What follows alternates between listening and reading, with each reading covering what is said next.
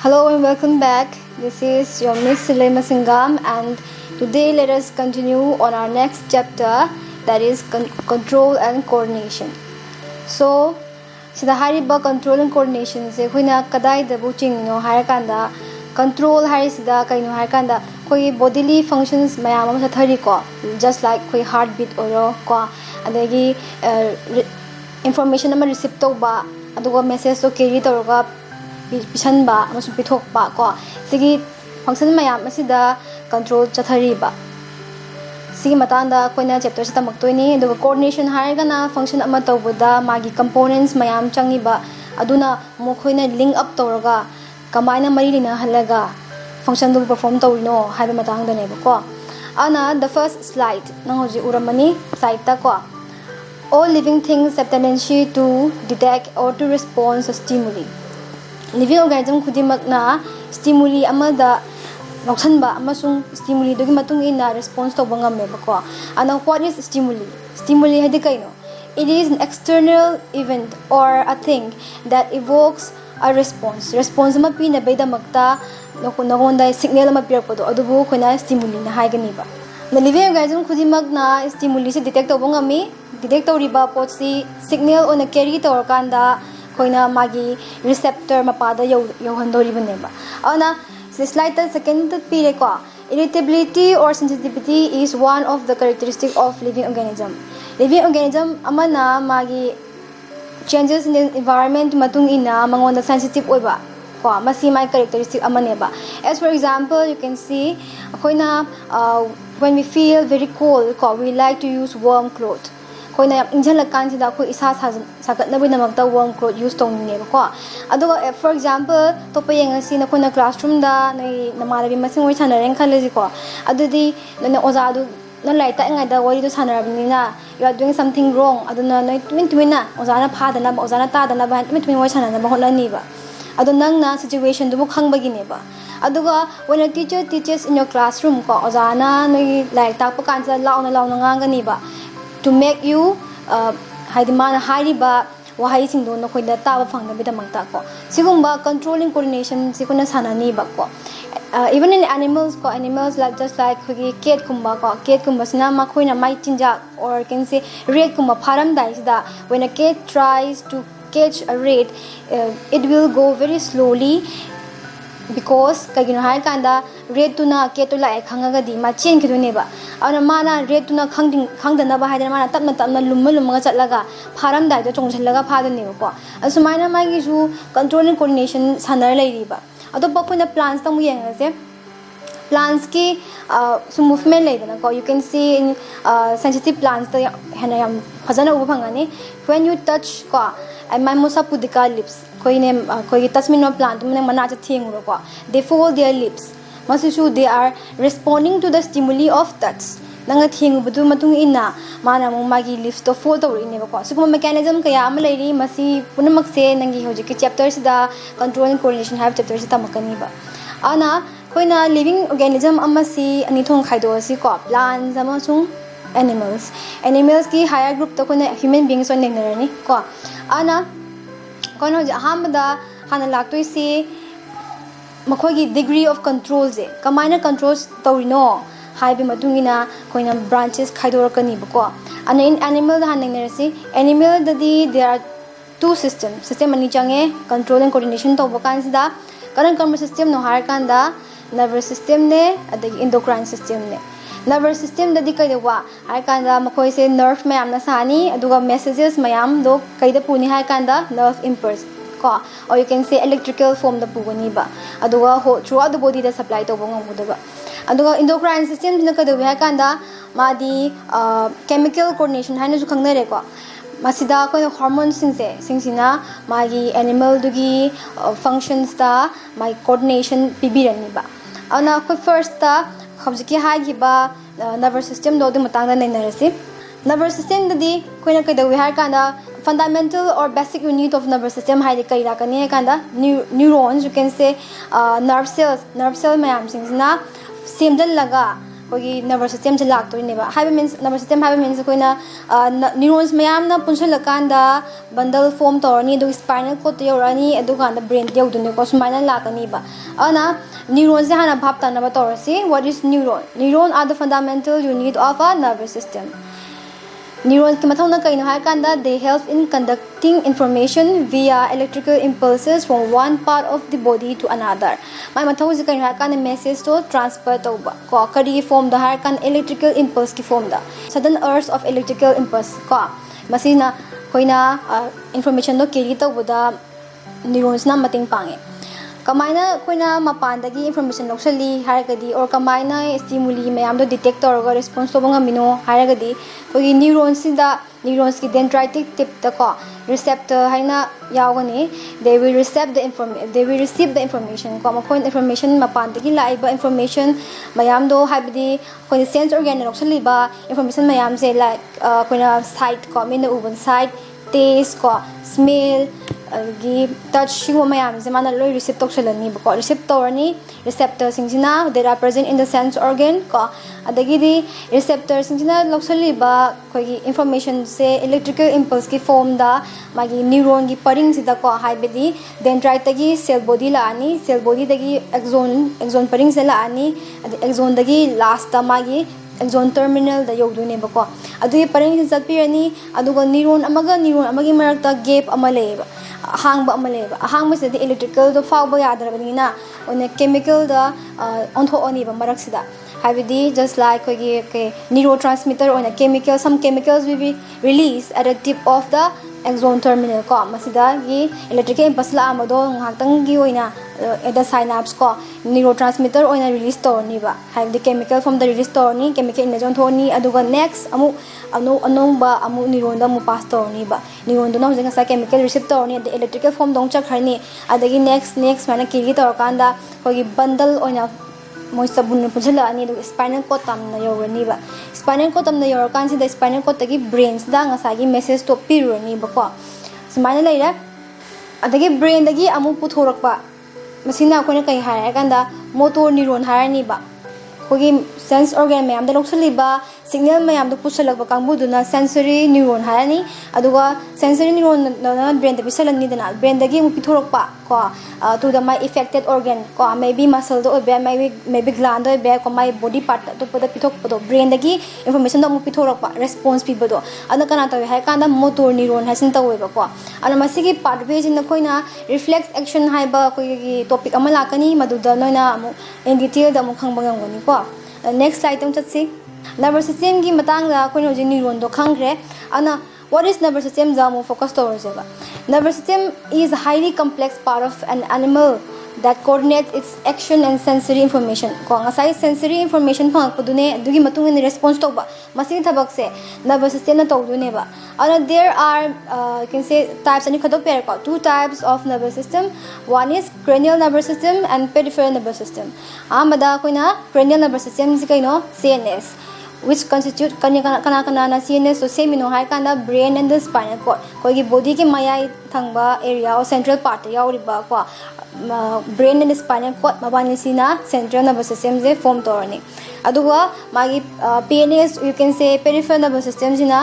magi atopa branch torokpa nerves mayam do habidi brain e tholokpa cranial nerves ne spinal cord e tholokpa spinal nerves ne makhon mayam jina punjul laga peripheral nervous system sarani ba adu peripheral nervous systems gi mathau ji kai no har kanda they help in facilitating the action of CNS habidi ngasai central nervous system to mathau do da mana mateng pangjalani information do pibada or message pibada mateng pangjalani ba ko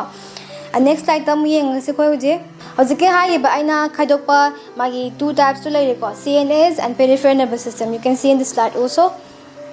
the brain and the spinal cord constitute the central nervous system na clear ore ko simutang da aduga peripheral nervous system kana na oba constitute the cranial nerves and the spinal nerves let's go to next slide so koina hoji central nervous system da yaw ba brain spinal cord le ko and the brain matang se nei se ba brain habasi it is a very important organ in our human body ko but it is very delicate masam na soft oi ba amna delicate oi ba organ but their function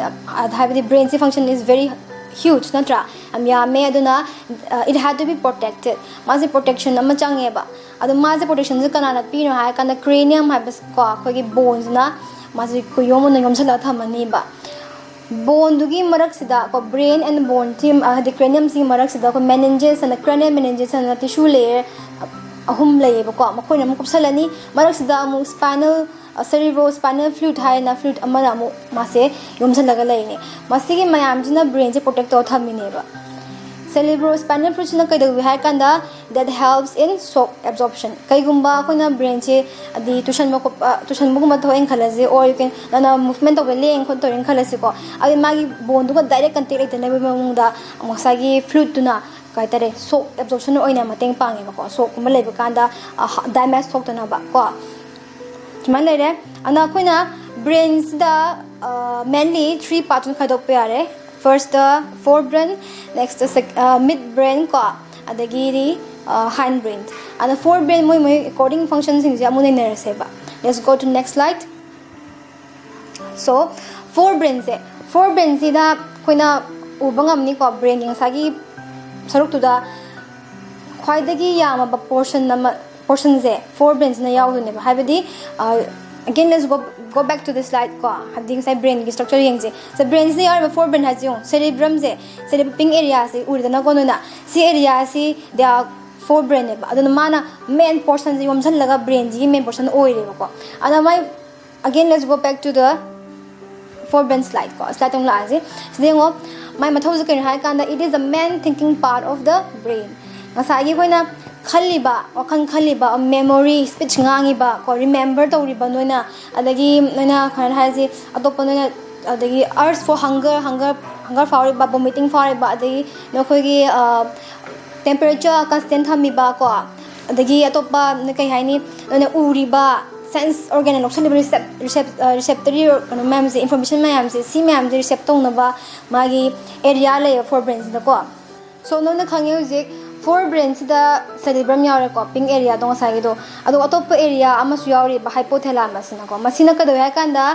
it helps in controlling your urge for hunger chat lamba fullness ko sak than ba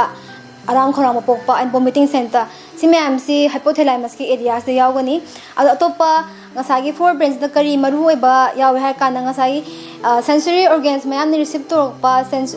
sensory information mayam do adu receive to na ba area yaw forebrain da and the forebrain is considered as the main thinking part of the brain aduga masi ma atop function mo hairaga di it also helps in the controlling your voluntary actions nakuna khallaga to thabak mayam your will